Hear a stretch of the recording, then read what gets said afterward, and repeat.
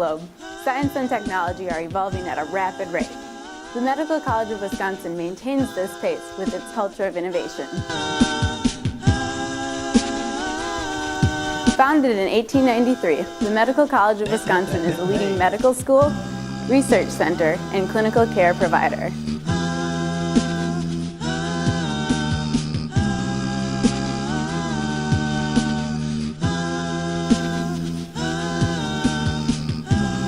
Let's sit down with a scientist who's been internationally recognized for his research, Dr. Kalyana.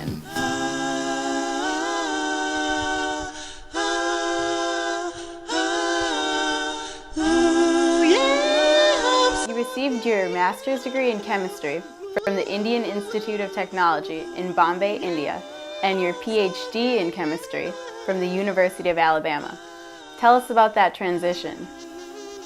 After I got my master's in chemistry, I wanted to do research, but I did not know exactly what type of research I was going to do.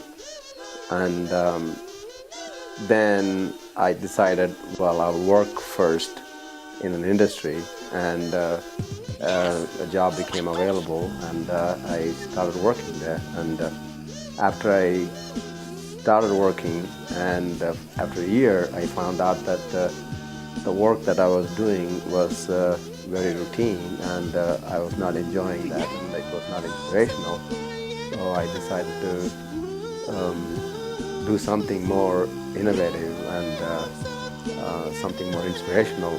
And also, my brother and my cousin, they were doing research in the United States, and they got their PhD, so I decided to follow their footsteps. Excellent. What are some of your current areas of research? Currently I'm working in cancer-related projects, and I'll tell you how I started working in cancer.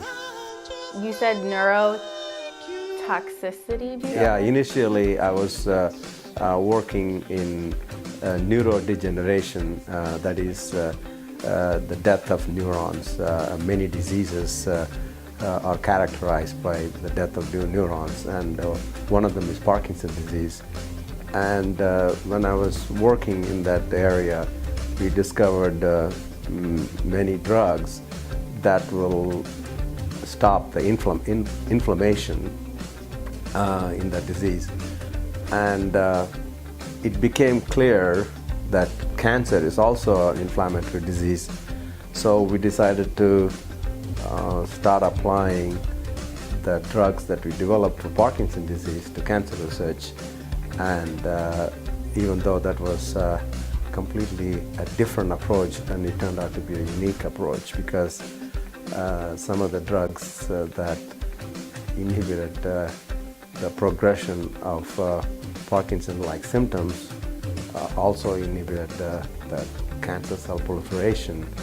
And one major difference between cancer cells and normal cells is that cancer cells proliferate much faster than normal cells. So you need to get some drugs that selectively inhibits cancer cells, and some of the drugs that we developed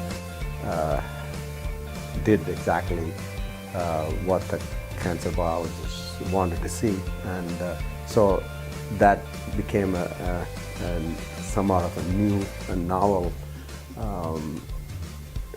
treatment for at least from a cellular point of view to stop proliferating cancer cells. And now we are working on taking those drugs into the clinic. Excellent. What are some of the problems that research scientists find when looking at cancer cells? Initially, there are some successes, but then immediately they find out that cancer cells are very smart.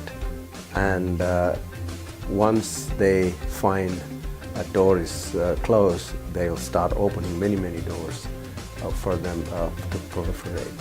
So as a result, scientists have to be constantly on guard, and that's one of the reasons cancer treatment takes many drugs to treat, because there are many pathways by which the cancer cell can survive, and that's not easy, because it constantly keeps on changing. And even if you think you have found a drug, and very soon the cancer cells become resistant to the drug, and as a result it doesn't work. So you need to start giving a multifaceted type of a therapeutic approach to treat cancer. How has research science changed over the course of your career? Research science has become very complex now, and the reason for it is there are many molecular biology and signal transduction processes that have come into play.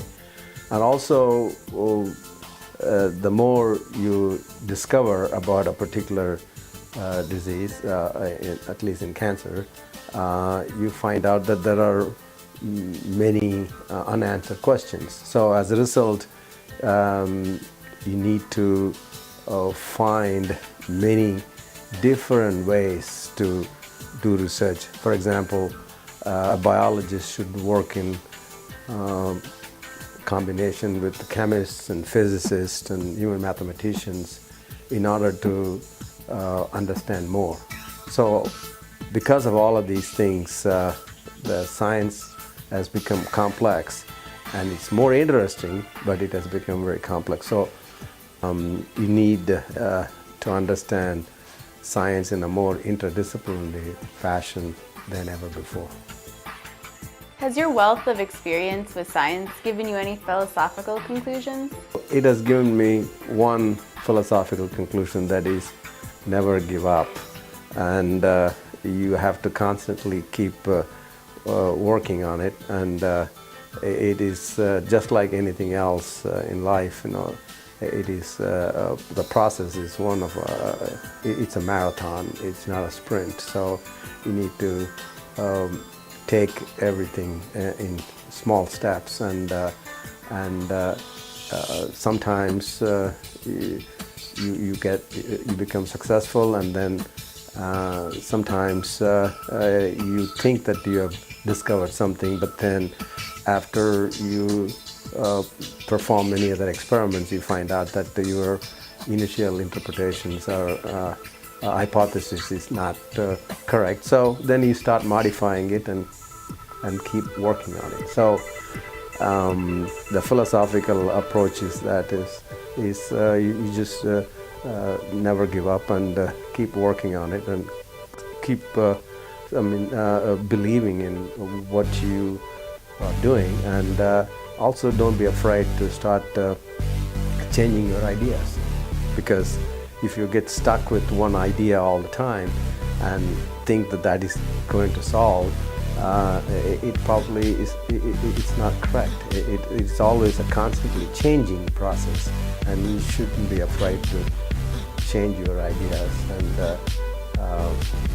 depending upon how the science evolves. Words from an expert.